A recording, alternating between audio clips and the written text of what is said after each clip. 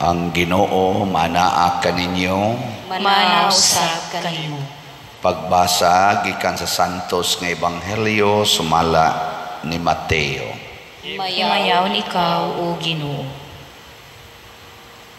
Unya giduaw ni Hesus ang tanang kalungsuran o kabaryuhan.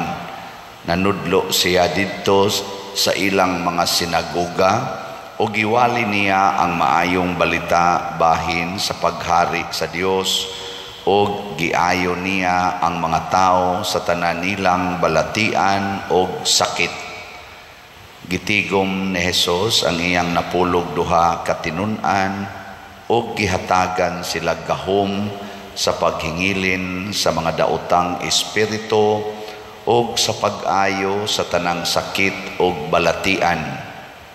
Adtua hinuon ninyo ang nangawala ng mga karnero sa nasod sa Israel. Lakaw kamo og isangyaw nga hapit na maghari ang Dios. Ayuhan ninyo ang mga masakiton, banhawa ang mga minatay, hinlui ang mga sanlahon, ug abuga ang mga yawa. Nakadawat kamo nga walay bayad, busa panghatag kamo sa walay pagpangayog bayad. Ang ebanghelyo sa Ginoo. Dayon ikaw o Kristo.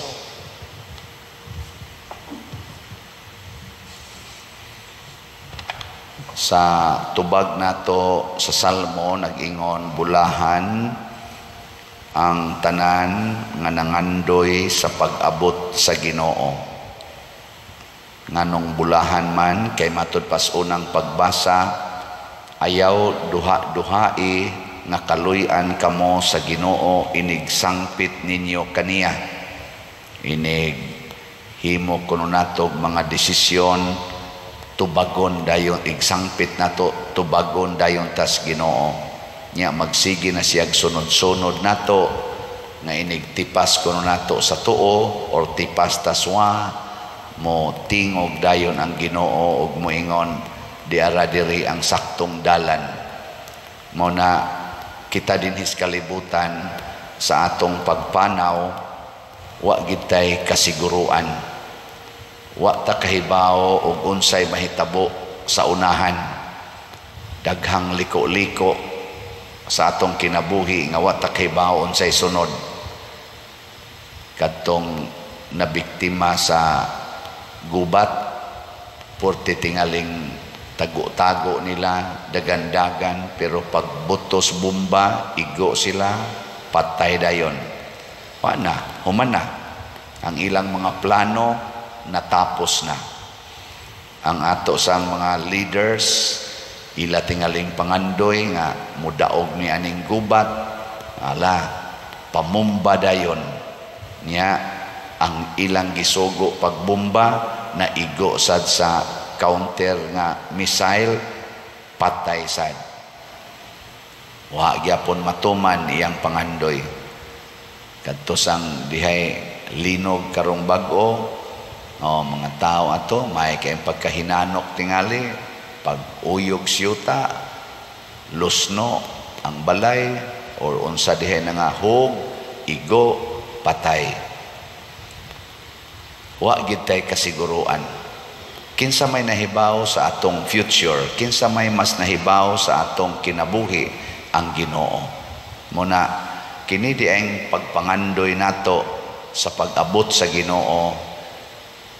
Nangandoy ta, nagampo ta nga ang Ginoo maoy motudlo nato unsaon paggamit, unsaon paglakaw niining atong kinabuhi. Ang mga binhi nga atong itanom, kung dili na napaulanan sa Ginoo, igo ra kita mangandoy. Kanang mga mag-uuma ba?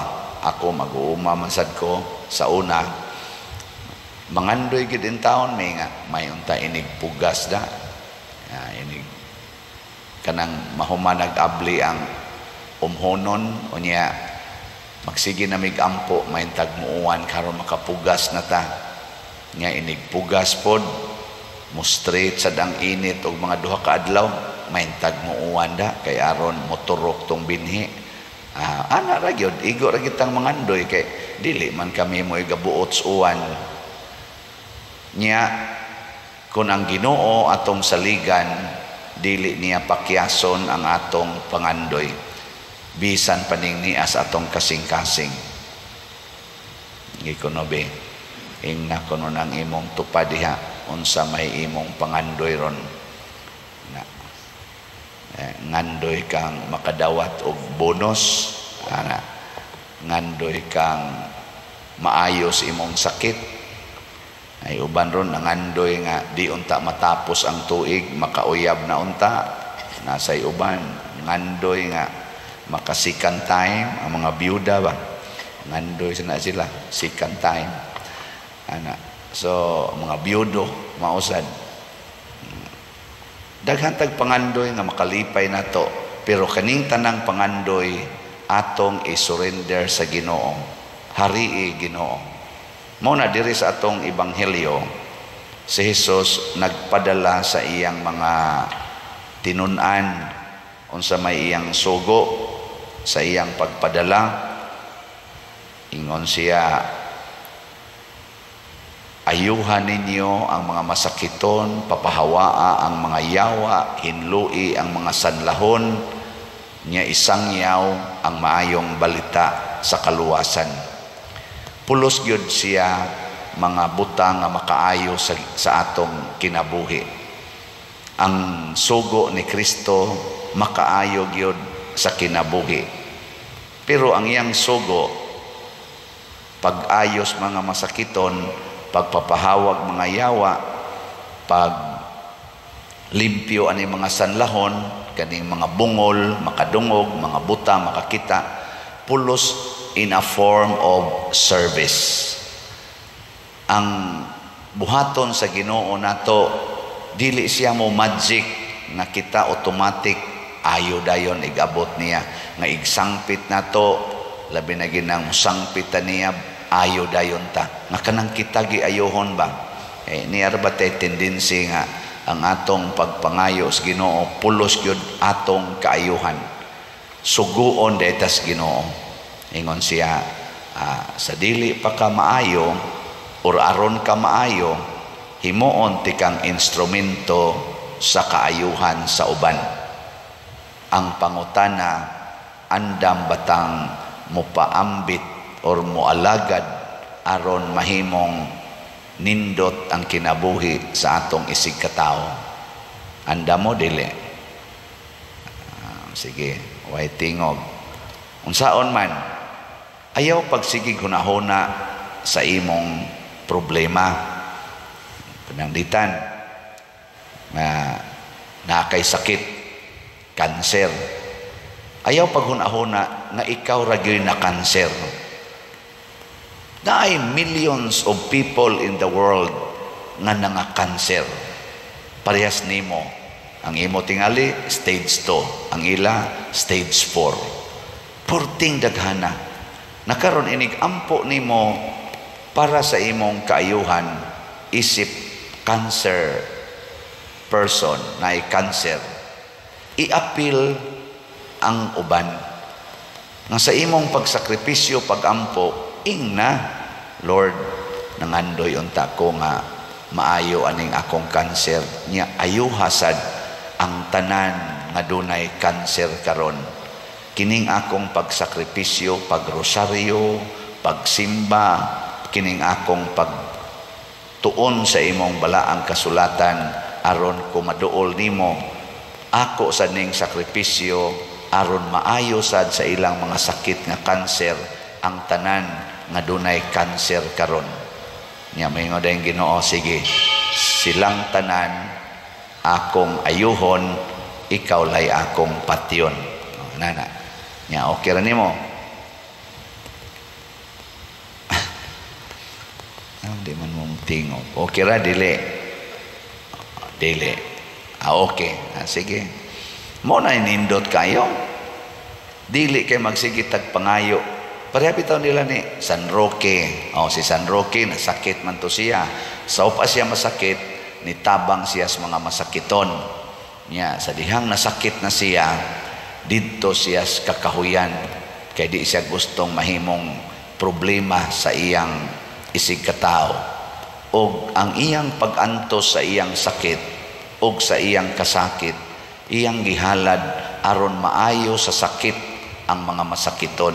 Mo na hangtod karon si San Roque atong sangpitonon aron maayo ang atong mga sakit ug ang mga sakit sa atong mga masakiton. Mausad ang gibuhat nilang St. Therese of the Child Jesus, 5 ka tuig siyang nag-antos iyang sakit. Ang iyang sakit ug ang iyang kasakit gigamit niya sa pag-ampo aron nga maayo sa ilang sakit, mulampos sa ilang mga tumong ang mga tao nga dunay gibuhat, labi na gyud sa mga misyonero sa simbahan, labi na gyud sa mga taong dunay mga panginahanglan. Dili ta magsigi hunahuna sa tong kaugalingon. Gamito nato ang atong kasinatian sa Ginoo sa pag-alagad. Muna dinis atong parokya nagsigi tag pangalagad. Maligya ta karog slots, walang sa kuroy update, ugma na lang baligya tag slots dinhi, di gid ni para sa ato. Aw niya say para sa parokya, para sa atong kumbinto, pero mas gitan-aw nato para unsa maning kumbinto, maligya tag SBF dag, para unsa maning sitiyo nga ato maning sigbaligya, para sa ni siya sa mga way balay, atong matukurag balay. Ang kumbinto para sa atong formation center o para sa puy-anan sa mga pari nag-alagad simbahan o kanang mga way kapuy-an nga muanhi sa atong parokya nga mga transients, ma-accommodate pod nato nya. Kining atong DSAP, kining investment slot, unsaon man sad ni nato para gyapon ni sa paghimog dakong proyekto sa atong Columbari, unya ang maong proyekto itabang nato ngadto sa mga panginahanglan sa simbahan o sa mga kabos natong katawhan. Pulos gyud ni siya nakasentro sa pagpangalagad, kay mao man ni ang misyon sa simbahan, mao man ni ang sugo sa Ginoo. Nya niingon pagid siya diri, nakadawat kamo nga walay bayad, busa panghatag kamo sa walay pagpangayog bayad. Di na ta maghuna-huna og baos, di na ta moingon ngigagod ako nalay sige og ampo para nila. Nya ako di am sa kuy akong panginahanglan. Ayaw na ana. Matud pas Ginoo, sige lang jud alagad, kay ini kahuman natog alagad, ang mobayad nato mao ang Ginoo mismo. Matud pa niya, ang manghatag paghatagan, og ang manghatag og mas daghan pa hatagan sad og mas daghan pagayod. Pero doon na sad siya counter ani, ang gihatagan og daghan paninglan og daghan, ang gihatagan og mas daghan pagayod paninglan sad og mas daghan pa. Dunay paningil din hinato, pero hatagan ta niya, di siya magkuwang ana. Una, ang atong kadasig sa pag-alagad atong ipasukad sa kamatuoran nga sugo ni sa Ginoo. Mao ni ang atong paningkamot aron ang Ginoo moabot sa atong kinabuhi. Nya iya dayon tang tultulan sa dalan padulong ngadto sa tinuod nga kinabuhi. Samtang ni apata dinhi nagpanaw, kay kani man atong kinabuhi dinhi mga igsoon, panaw man ni. Nagpanaw ka, nay uban nato nagpanaw nga naay asawa ug bana, nay uban nato nagpanaw naay anak, uban sad way anak, naasay uban nagpanaw wa maminyo, naasay daminyo. Basta nagpanaw gitang tanan. Ano atong sige karog magnify sa simbahan ang atong synodality of the church. Nagpanaw ta, lain-laing kahimtang, lain-lain og mga gipamati, lain sad og mga giatubang, gisagubang, pero usaray atong padulngan kadtong kinabuhi nga giandam sa Ginoo. Hinaut unta nining panahon sa Adbyento, masinati nato sa mas konkreto nga kasinatian nga ang Ginoo miabot na sa atong kinabuhi. Manindog ta.